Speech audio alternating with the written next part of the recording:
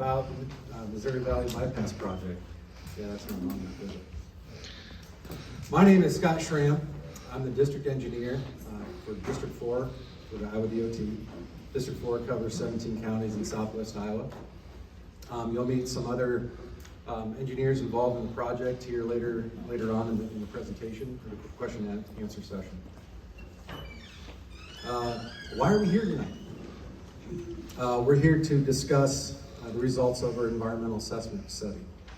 So we were back here in 2018. We came out here and talked to you folks. At that time, we had several alternatives. Now today, we've narrowed it down to a preferred alternative, and we're going to go over all the impacts are in the document, and we're just here to present those findings. So we've got a brief presentation here for you, and then we'll open up to questions.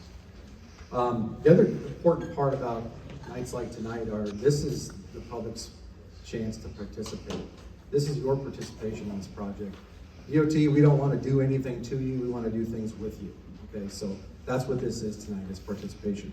So please ask your questions, we want to know your thoughts. We can crunch a lot of numbers and gather a lot of data, but some of the conversations we've been having here tonight, they don't show up in any database.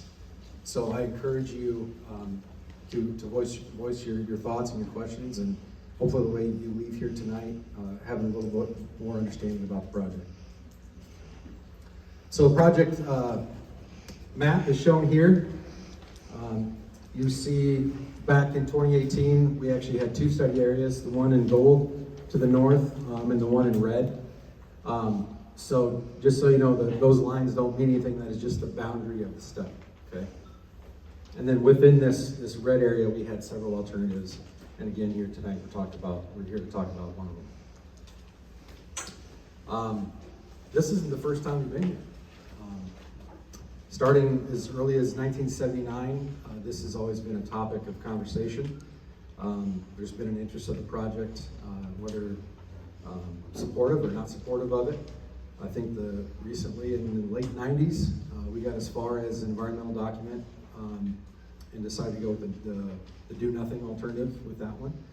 In 2017, our Highway Commission thought this was a priority for them, and so they provided funding in the program for this project. And so once that funding was put in place, we started with our study. We gathered our stakeholders. We got together with the FHWA, the city, the Corps, the county, and other offices in the DOT to talk about the purpose and need of the study. So why are we doing a project? Well, the purpose and need is why we're here. It's to provide a safe, free-flowing traffic on US 30 from south of Logan to the interstate. It's to reduce truck traffic through town. I know, you go to enough meetings downtown in city offices, you can hear the building shake, right? It's real. And that's when the commission came through on their tour, they saw the same thing. You see trucks stacked up at the traffic signals. So it's pretty obvious that that's a concern for people that live here and people that travel through here. Preferred alternative, you see it up here on the screen. There are displays in the back room. You can see the yellow line is the preferred alignment of the roadway. Anything shown in red, those are the bridges. And the green lines are connections.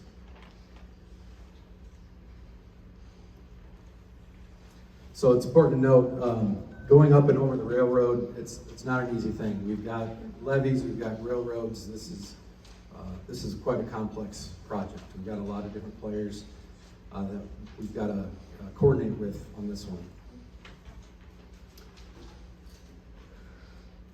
Project schedule. So I mentioned we were here in 2018 for our first public information meeting. Now we're here to discuss the EA. That document of the EA is in the back room. It's also available online. That has all the details of all the preferred the alternatives that we looked at and why some were dismissed. We start right away in 2026. So it's important to note that The difference between what we're doing tonight and what we would do in the future is we do not have this roadway design. We have an alignment, okay? So there's still a lot of unknowns. That's why we're here tonight, is to gather more information from you folks before we go ahead and make those design decisions. Once we do have those design decisions made, we will then engage with property owners that are impacted.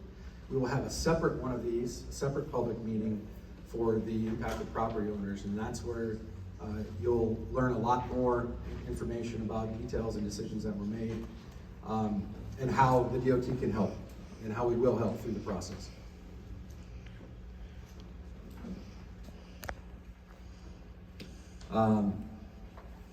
So after the alternative, the final alternative is decided, we'll start working on construction staging, and then we'll gather all the other agencies together and go over additional comments that we learned here tonight, and take those into consideration. If you know somebody that couldn't be here tonight, or you want to have this presentation again at your fingertips, you can go to our website, www.iowdot.gov/PIM. There's cards on the table. This presentation is on our website. I did want to go through and just show you one other thing here.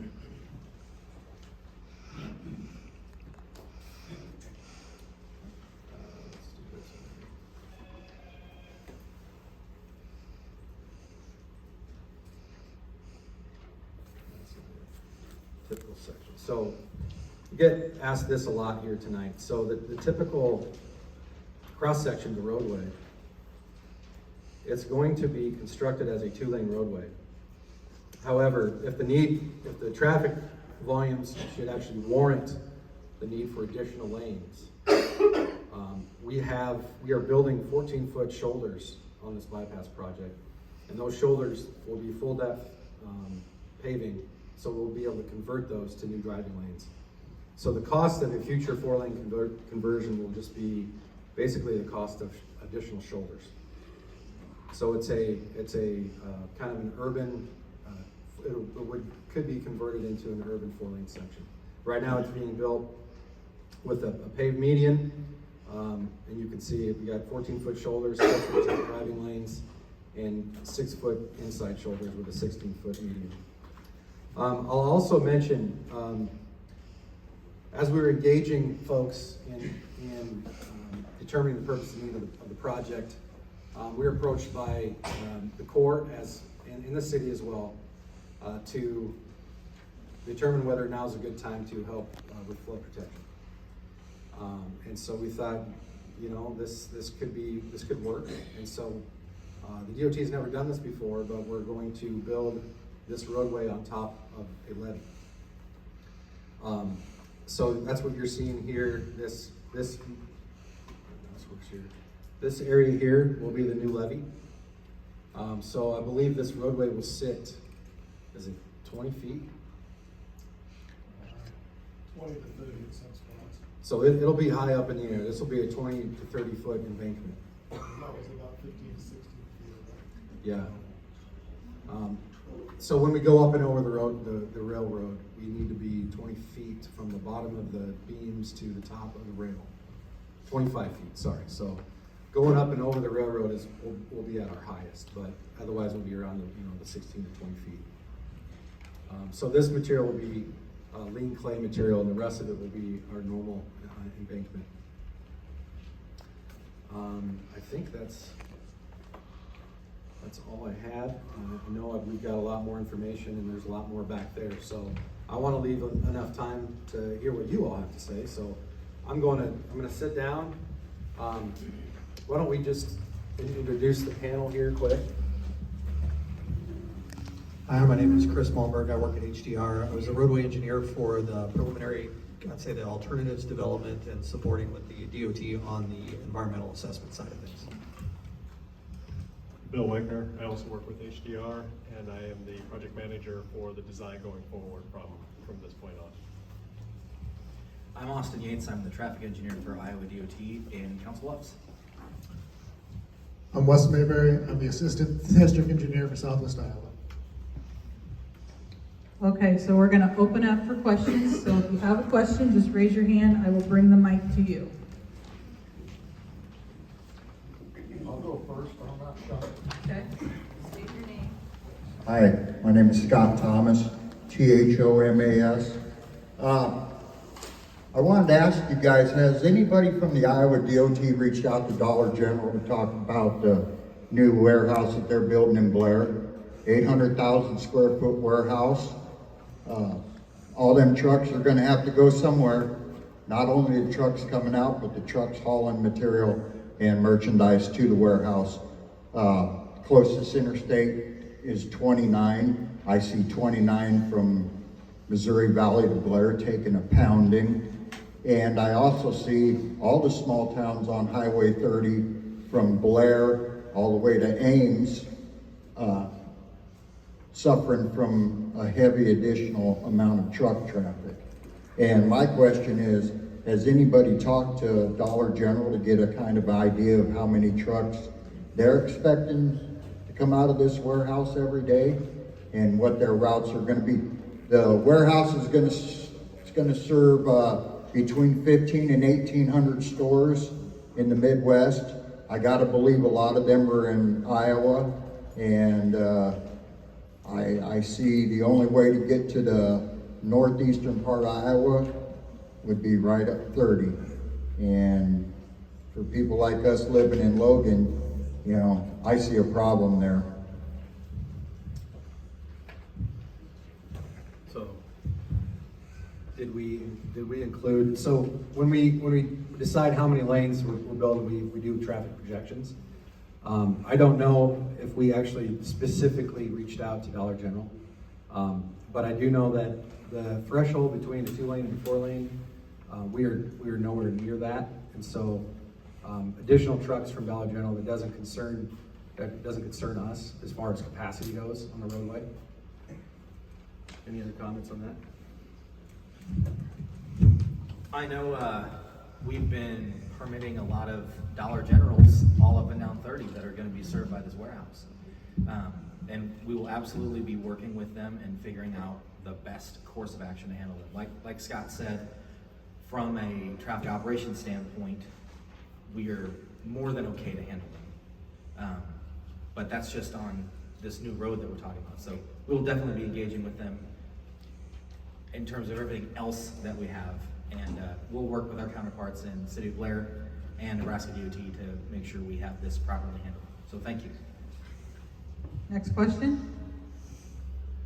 Thank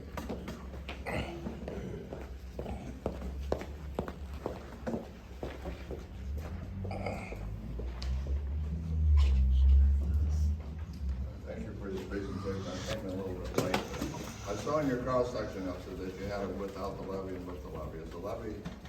Is the levy going to be part of this project? Yes. Yeah, my name is Larry Bass, and it is a yes? Yes, Larry. I'll say that just for whatever little trivia here, how long this stuff takes. As anybody doesn't know, I was with the Corps of Engineer for decades, and we had a meeting 40 years ago this year out the Happy Shaft, talking about flood control in Missouri Valley. And I proposed this, and I said, this is the only way Missouri Valley is going to get flood control to a project like this. It took 40 years, but it's coming. So.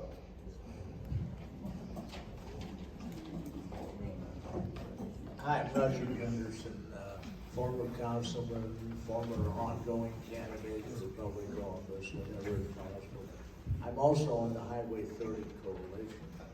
And one of the points about traffic flow and about economic development that we make on the Highway 30 Coalition is that faster, better, safer 4-lane.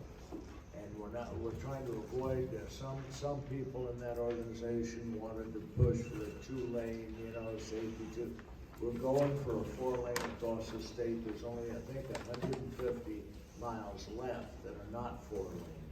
And 30, as you all know, is the second highest volume highway coast to coast for Iowa, anyhow.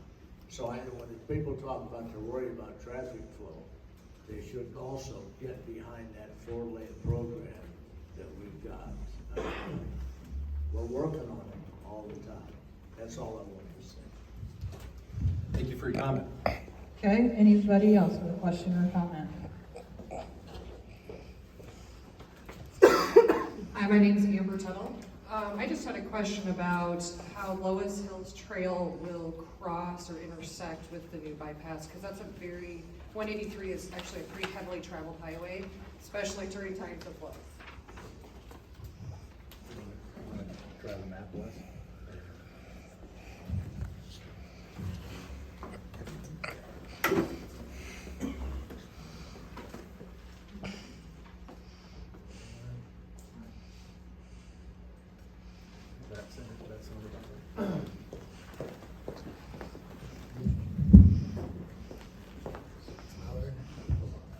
All right, so Lois Hills Trail will be an at-grade intersection here.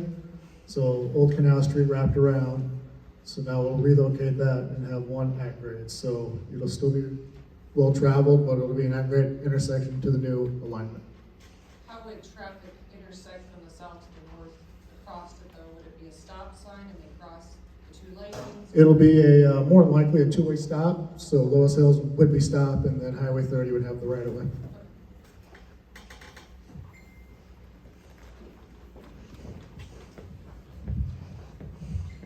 My name is Eric Chahachek, C-I-H-A-C-E-K.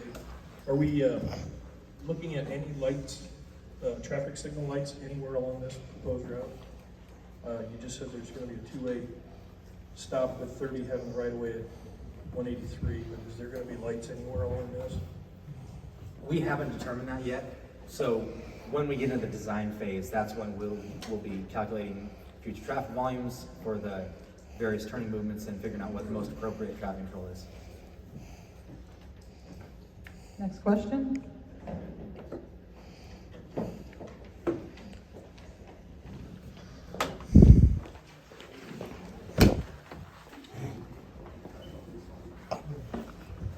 I'm Ernest Yancey, YAN. And the traffic coming down on 9th there, I feel that you have to look into putting lights in there, not a stop sign that's going to keep the traffic coming into town all backed up. Thank you for your comment. We'll definitely look at that. Next question?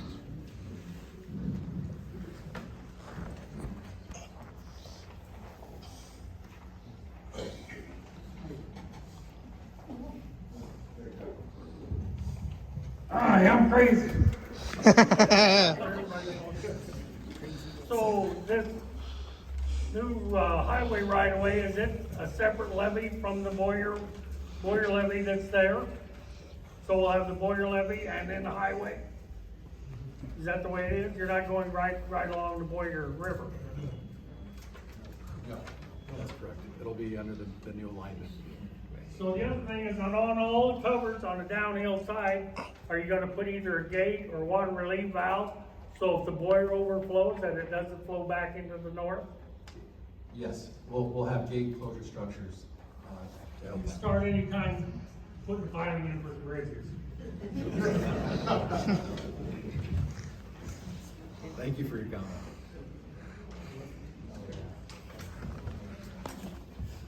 All right, Bus, you may have covered this before, but when do you anticipate construction to start and when would it be finished on both the highway and the levee?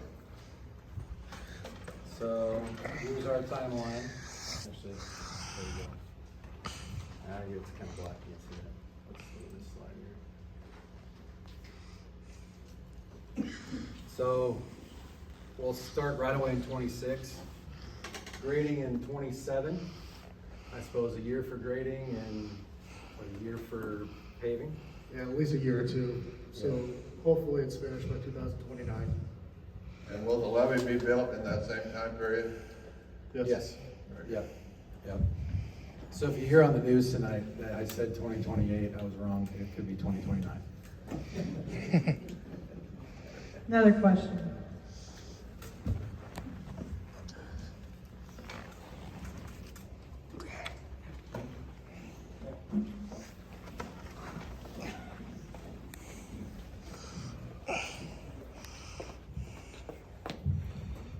Mark Hoffman, Hoffman. Can somebody with the city kind of explain the new Canal Street bridge, where that's going to be?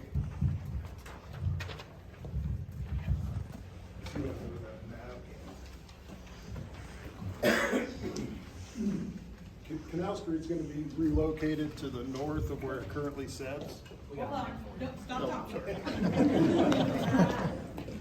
Okay. Canal Street's gonna be relocated to the north, To the south. To the south. South. North. to the north. So it's gonna run across a couple different property owners' properties. Yep, right about there. And when is that going to be done? It's all gonna be synced in with this whole project. Like I said, there'll be a period where it's discussed with landowners. Easements are gonna have to be put in place. But it will be done at the same time as this? Yes, yes. Thank you. Another question?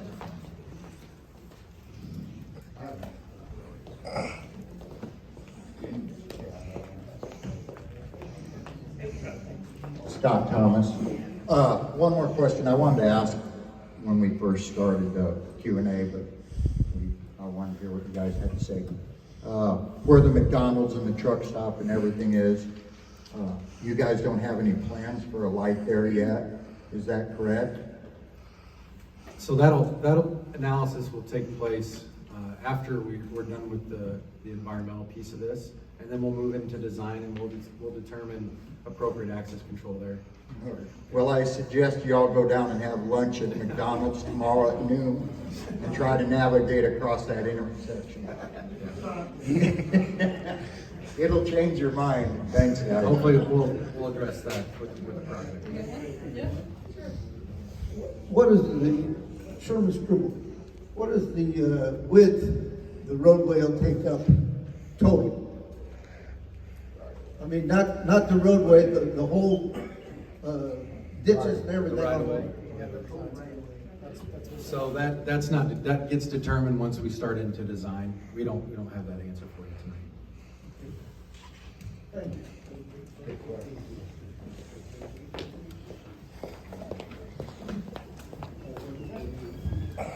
My name is Renee Bokenauer, and you mentioned building in enough to add another lane if you want to make this 4-lane. When you purchase the land, are you purchasing enough land at the time to do that? You won't have to purchase additional land if you decide to expand? That is correct. Anybody else? Yeah. I have another one. Have you done any analysis of accidents on Highway 30 where you're bringing your bypass back in past the state shed? There have been a lot of accidents and deaths on that curve. Have you done any analysis of how that's going to increase that? So we have taken a look at crashes along that curve. And if you notice, we did do a resurfacing project there here recently. And with that project, we added centerline rumble strips on that, and I believe on the shoulder. So when we start noticing issues like crashes, we start with those mitigation measures first before we don't go straight to geometry. So we're hoping with the installation of the rumble strips that the severity of crashes declines. Will you put in any turn lanes there? Not planned as part of this project. It's not at this time. Anybody else?